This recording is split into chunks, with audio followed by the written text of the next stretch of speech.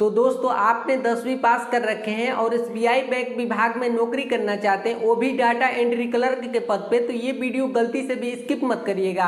नमस्ते दोस्तों, कैसे हैं आप लोग। उम्मीद करता हूं कि आप लोग बहुत ही अच्छे होंगे। तो एसबीआई बैंक विभाग में एक न्यू वैकेंसी आई हुई है जो कि पूरे भारत के लिए रहने वाली है। मेल और फीमेल दोनों के लिए वैकेंसी रहने वाली है। विभाग की तरफ से ऑफिशियल नोटिफिकेशन आउट कर दिया गया है। इसमें जो कुल पद रहने वाला है 55,600 प्लस पदों पर नोटिफिकेशन आउट किया गया है। जो इसका योग्यता रहने वाला सिर्फ 10वीं पास रहने वाला है। ये भर्ती में खास बात ये है कि भर्ती में आपका किसी प्रकार का एग्जाम होने वाला नहीं है, सीधी भर्ती रहने वाली है। उम्र सीमा में भी काफी ज्यादा छूट दिया गया है। सभी वर्गों के लिए 18 से 45 ईयर्स तक एज लिमिट रखा गया है। सैलरी काफी ज्यादा अच्छा खासा आपको मिलने वाली है। 32,500 प्लस से लेके आपको 42,000 तक की आपकी सैलरी मिलने वाली है। 8 घंटे की आपकी ड्यूटी रहने वाली है। आपको जो नौकरी मिलेगी अपने ही सिटी में आपको नौकरी मिलने वाली है। इसका आवेदन करने का जो अंतिम तिथि रहने वाला 1 सितंबर 2026 इसका लास्ट डेट है। तो ये भर्ती में बहुत भाई बहन आवेदन कर चुके हैं, लेकिन अभी तक से ये भर्ती के बारे में आपको कुछ ही पता नहीं है। तो फुल वीडियो को वॉचिंग करिएगा। आपको आवेदन करने के लिए साइबर कैफ पे जाना नहीं पड़ेगा। मैं आपको इस वीडियो में बता दूंगा कि अपने ही फोन से आप लोग आवेदन कर लेंगे। आवेदन करने के लिए क्या क्या दस्तावेज की जरूरत पड़ेगी, इस वैकेंसी का पूरा सिलेक्शन प्रोसेस क्या है, नोटिफिकेशन पे ले जाके A to Z जानकारी देने वाला हूं। तो वीडियो में आगे बढ़े आपसे छोटा सा रिक्वेस्ट है कि अगर आप इस चैनल पर नए हैं तो प्लीज हमारे चैनल को सब्सक्राइब करके साथ में बेल आइकन को प्रेस कर लीजिए ताकि हमारी कोई भी ऐसी लेटेस्ट अपडेट आए आपके पास सूचना मिलती रहे। हाँ, तो चलिए फुल वीडियो को वॉचिंग करिए और ये भर्ती के बारे में A to Z जानकारी समझिए। आप लोग देख सकते हैं एसबीआई बैंक डिपार्टमेंट न्यू भर्ती 2026। देखिए इस वैकेंसी के बारे में पूरा सिलेक्शन प्रोसेस आपको बताने वाला हूं। आप लोग देख सकते हैं इस वैकेंसी में कोई परीक्षा नहीं होगी। इस वैकेंसी में आपका किसी प्रकार का एग्जाम होने वाला नहीं है। आप लोग सैलरी देख सकते हैं 32,500 से लेकर 42,000 आपकी सैलरी यहाँ पे मिलने वाली है। देखिए इस वैकेंसी के बारे में पूरा सिलेक्शन प्रोसेस बता के तब मैं आपको बताऊंगा कि कैसे आपको ऑनलाइन आवेदन कैसे करना है, कैसे आप अधिकारी वेबसाइट पे जाएंगे, कैसे आपके पास एप्लीकेशन फॉर्म आएगा। आप लोग मेरे स्क्रीन पे देख सकते हैं यही एप्लीकेशन फॉर्म रहने वाला है, जिसको इस वीडियो के बीच में पूरा स्टेप बाय स्टेप आपको फिलअप करके आपको बताऊंगा। एक बार और आपको याद दिला दूं, जो इसका आवेदन करने का लास्ट डेट रहने वाला 1 सितंबर 2026 इसका लास्ट डेट है। तो आपके समय है आपके पास कितना, तो अभी 20 दिन आपके समय है। अभी ये मत सोचिएगा कि समय है, थोड़ा सा अपना कीमती समय निकाल के इस भर्ती के बारे में पूरा डिटेल से जान के आप लोग आवेदन कर लीजिए। 100% आपकी नौकरी पक्की रहने वाली है। 8 घंटे की आपकी ड्यूटी रहने वाली है। तो चलिए इसके बारे में पूरा सिलेक्शन प्रोसेस आपको बताता हूं। तो मैं बीच में बताता हूं कि कैसे आपको इसको आवेदन करना है। देखिए बात करें क्या, तो हु कैन अप्लाई, मतलब इस भर्ती में कौन कौन लोग आवेदन कर सकते हैं। तो देखिए क्या, तो male and female all India candidates, मतलब आप पूरे भारत में किसी भी राज्य से हो, चाहे आप मेल हो या फीमेल हो, आप ये भर्ती में इजीली आवेदन कर सकते हैं। बात करें क्या, तो हम अप्लाई मोड की बात करें, किस वैकेंसी में आपका अप्लाई मोड का क्राइटेरिया क्या रहने वाला है। तो आप लोग देख सकते हैं क्या, तो ऑनलाइन के माध्यम से यहाँ पे आवेदन करना है। कैसे करना है ये मेरी जिम्मेवारी है, मैं आपको बताऊंगा कि कैसे आपको ऑनलाइन आवेदन करना है। बात करें क्या, तो कुल पद की बात करें, किस वैकेंसी में टोटल पोस्ट कितना रहने वाला है। तो जो एसबीआई बैंक डिपार्टमेंट की तरफ से जो ऑफिशियल नोटिफिकेशन आउट किया गया उसमें साफ तौर पे बताया गया क्या कि 55,600 प्लस पदों पर नोटिफिकेशन आउट किया गया, जो कि 2 पोस्ट इसमें रहने वाले, जिसका अलग अलग क्वालिफिकेशन की क्राइटेरिया यहाँ पे रखी गई है। आगे पूरा डिटेल से आपको समझ में आ जाएगा। देखिए बात करें क्या, तो पदों के नाम की बात करें, किस वैकेंसी में पोस्ट नेम क्या रहने वाला है। तो 2 पोस्ट इसमें रहने वाला कौन सा है, तो एक डाटा एंट्री क्लर्क का पोस्ट रहने वाला है, जिसका क्वालिफिकेशन अलग मांगी गई है। इसके बाद आपका क्या, तो एक चपरासी प्यून का पोस्ट रहने वाला है। चपरासी और प्यून एक ही बात है, इंग्लिश में इसको प्यून कहते हैं, चपरासी में कई जगहों पे प्रचारी भी इसको बोलते हैं। तो आप लोग समझ गए। देखिए मैं अब आपको बता दूं कि ये दोनों पोस्टों के लिए आपका क्वालिफिकेशन की मांगी गई है, इसको आप लोग समझिए। देखिए क्या, तो शैक्षणिक योग्यता की बात करें, एजुकेशन क्वालिफिकेशन की बात करें, तो अगर आपने क्या तो मिनिमम आपने 10th पास कर रखे हैं क्या, तो अगर आपने 10th पास कर रखे हैं तो आप इस वैकेंसी में आवेदन कर सकते हैं। कौन से पोस्ट के लिए आवेदन कर सकते हैं, तो आप चपरासी में आवेदन यहाँ पे कर सकते हैं। और वही बात करें अगर डाटा एंट्री क्लर्क में आप आवेदन करना चाहते हैं, तो देख सकते हैं क्या, तो इसके लिए आपकी क्वालिफिकेशन क्या मांगी गई, तो 12वीं पास यहाँ पे मांगी गई क्या, तो 12वीं पास यहाँ पे मांगी गई। तो आपने क्वालिफिकेशन के हिसाब से यहाँ पे देख लीजिएगा कि कौन पोस्ट के लिए आप एलिजिबल हैं, आप लोग कौन पोस्ट में आवेदन करेंगे। तो बात को समझ गए, ये दोनों पोस्टों के लिए क्वालिफिकेशन मैंने आपको बता दिया। अब बात करते हैं क्या, उम्र सीमा की बात करें, किस वैकेंसी में आपका एज लिमिट क्या रखा गया है। तो एज लिमिट में काफी ज्यादा छूट दिया गया है। देख सकते हैं क्या, तो 18 साल से क्या, तो 18 साल से क्या, तो 45 ईयर्स तक सभी वर्गों के लिए एज में छूट दिया गया है। आप कोई भी कैटेगरी से हैं, आपका एज लिमिट सेम रहने वाला है क्या, तो 18 साल आपका मिनिमम होना चाहिए और मैक्सिमम जो होना चाहिए 45 ईयर्स आपका होना चाहिए, 45 ईयर्स होना चाहिए। चाहे आपने क्या, तो चाहे आपने जनरल कैटेगरी से आते हो, जनरल कैटेगरी से आते हो, चाहे आपने ओबीसी कैटेगरी में आते हो, चाहे आपने क्या, तो एससी एसटी कैटेगरी में आते हो, ये आपने कोई भी कैटेगरी से आते हो, आपका एज लिमिट यहाँ पे सेम रहने वाला है।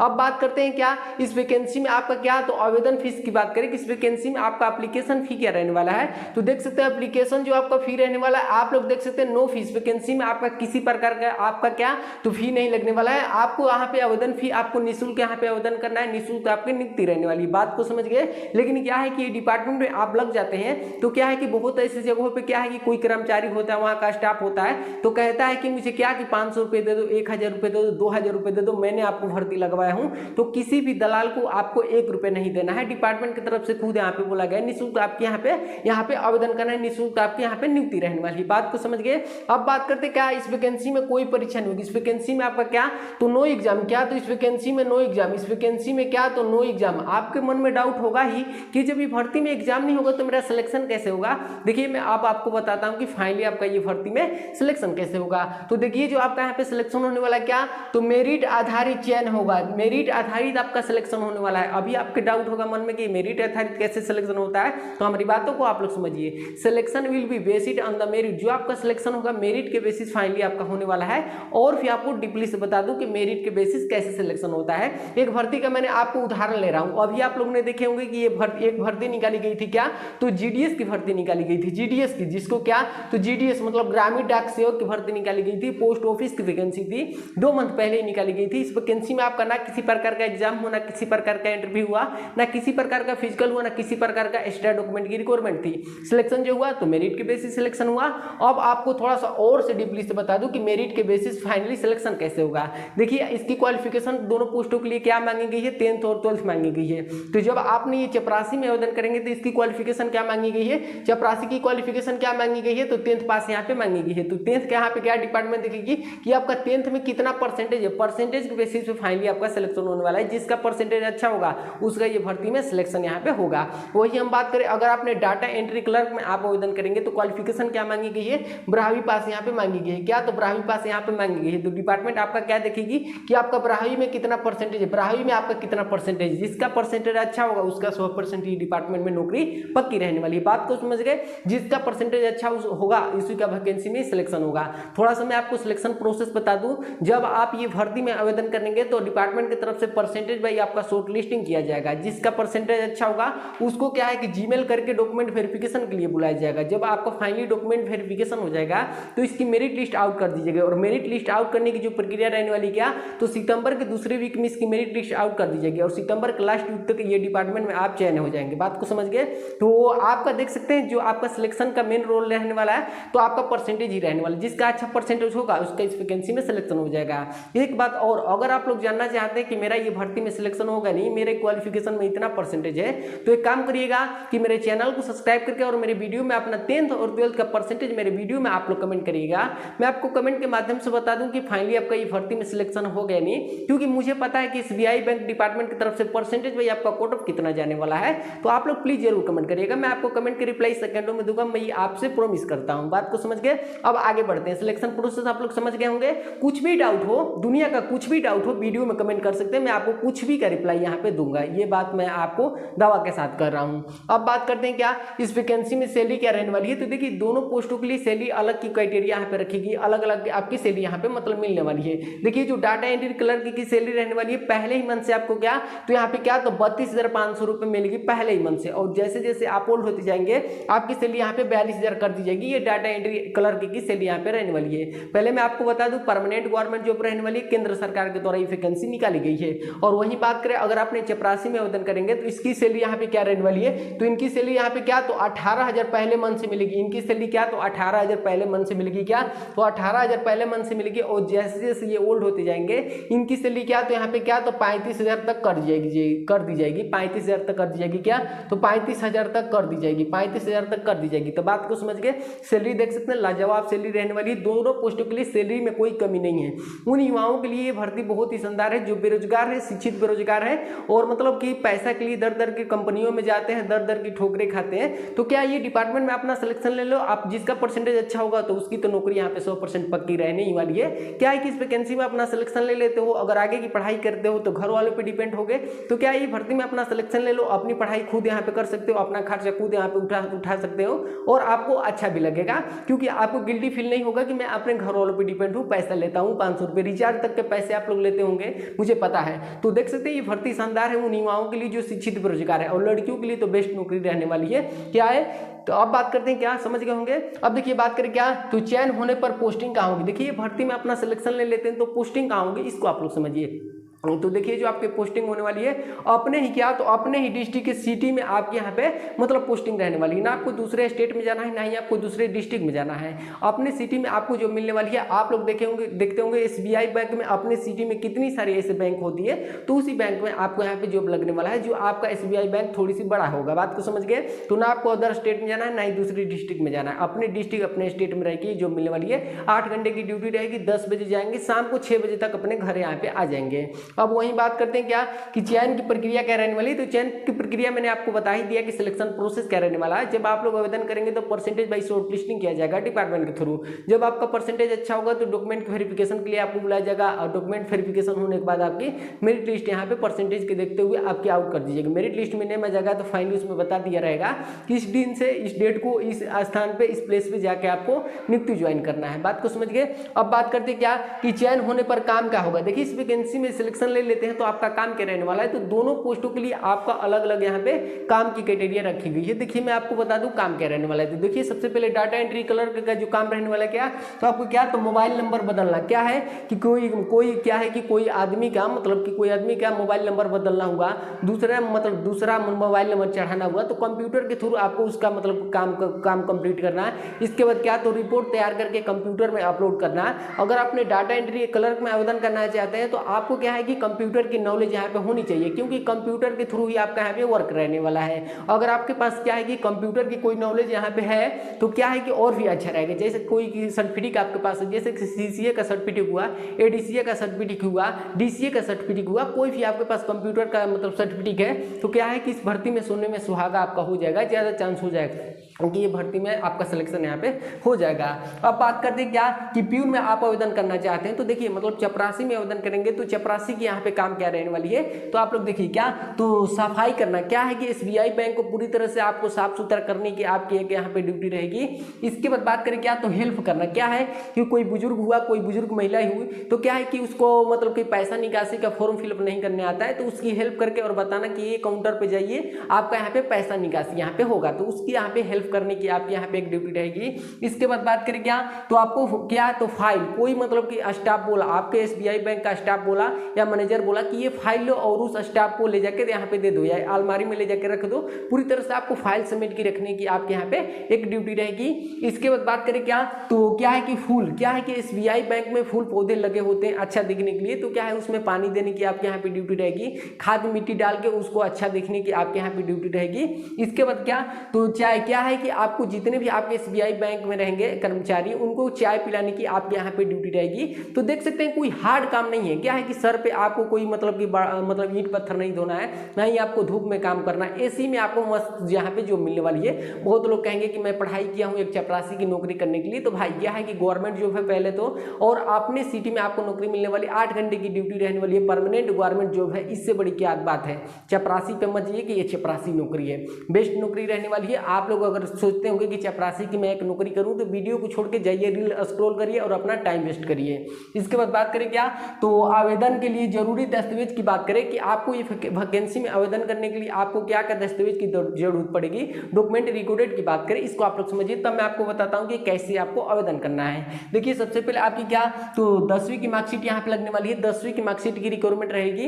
इसके बाद क्या, तो अगर आपने डाटा एंट्री क्लर्क में आवेदन करेंगे तो 12वीं की मार्कशीट की यहाँ पे रिक्वायरमेंट हो जाएगी। क्या, तो 12वीं की मार्कशीट के यहाँ पे क्या, तो रिक्वायरमेंट यहाँ पे हो जाएगी। आपने क्वालिफिकेशन की इसकी रिक्वायरमेंट यहाँ पे हो जाएगी। अगर आपने स्नातक भी लगाना चाहते हैं क्या, तो अगर आपने क्या, तो स्नातक भी लगाना चाहते हैं, ग्रेजुएशन भी लगाना चाहते हैं तो उसकी मार्कशीट की यहाँ पे रिक्वायरमेंट हो जाएगी।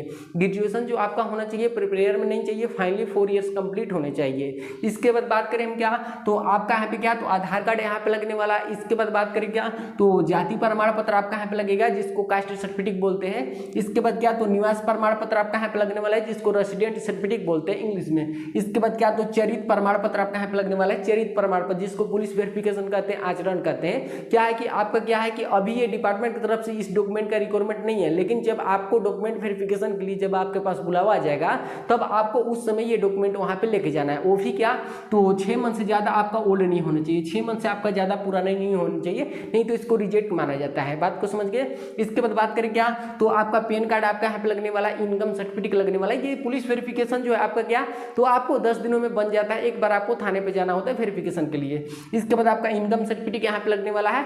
इसके बाद बात करें क्या, तो 1 पासपोर्ट साइज फोटो आपका लगने वाला है, जो कि एप्लीकेशन फॉर्म में अपलोड करने के लिए। इसके बाद क्या, तो ये जो एप्लीकेशन फॉर्म में अपलोड करेंगे पासपोर्ट साइज फोटो हाल ही में का होना चाहिए, ज्यादा ओल्ड नहीं होना चाहिए, नहीं तो इसकी वजह से भी आपका फॉर्म यहाँ पे रिजेक्ट हो जाएगा, क्योंकि क्या है कि ये छोटा चीज बड़ा धमाका करता है। और क्या है, इसके बाद क्या, तो आपका जीमेल आईडी, मोबाइल नंबर, हस्ताक्षर की रिक्वायरमेंट यहाँ पे रहने वाली है, रजिस्ट्रेशन करने के लिए भी और एप्लीकेशन फॉर्म में अपलोड करने के लिए भी। और मेन पॉइंट बचा क्या, कि ऑनलाइन आवेदन कैसे करें, ऑनलाइन आवेदन कैसे करें। देखिए इसको आप लोग ध्यान से समझिएगा, मैं अभी चलूंगा और एप्लीकेशन फॉर्म पे पूरी तरह से स्टेप बाय स्टेप फिलअप करके आपको बताऊंगा। सबसे पहले आप लोग ये समझिए कि आपके पास एप्लीकेशन फॉर्म आएगा कैसे। देखिए जो एसबीआई बैंक डिपार्टमेंट की भर्ती निकाली गई, आपको सरकारी रिजल्ट पे देखने के लिए नहीं मिलेगी, इसके खुद आधिकारिक वेबसाइट पे जाके इस एप्लीकेशन फॉर्म को फिलअप करना पड़ेगा। कैसे आप आधिकारिक वेबसाइट पे जाएंगे, कैसे आपके पास एप्लीकेशन फॉर्म आएगा, ध्यान से इसको समझिए।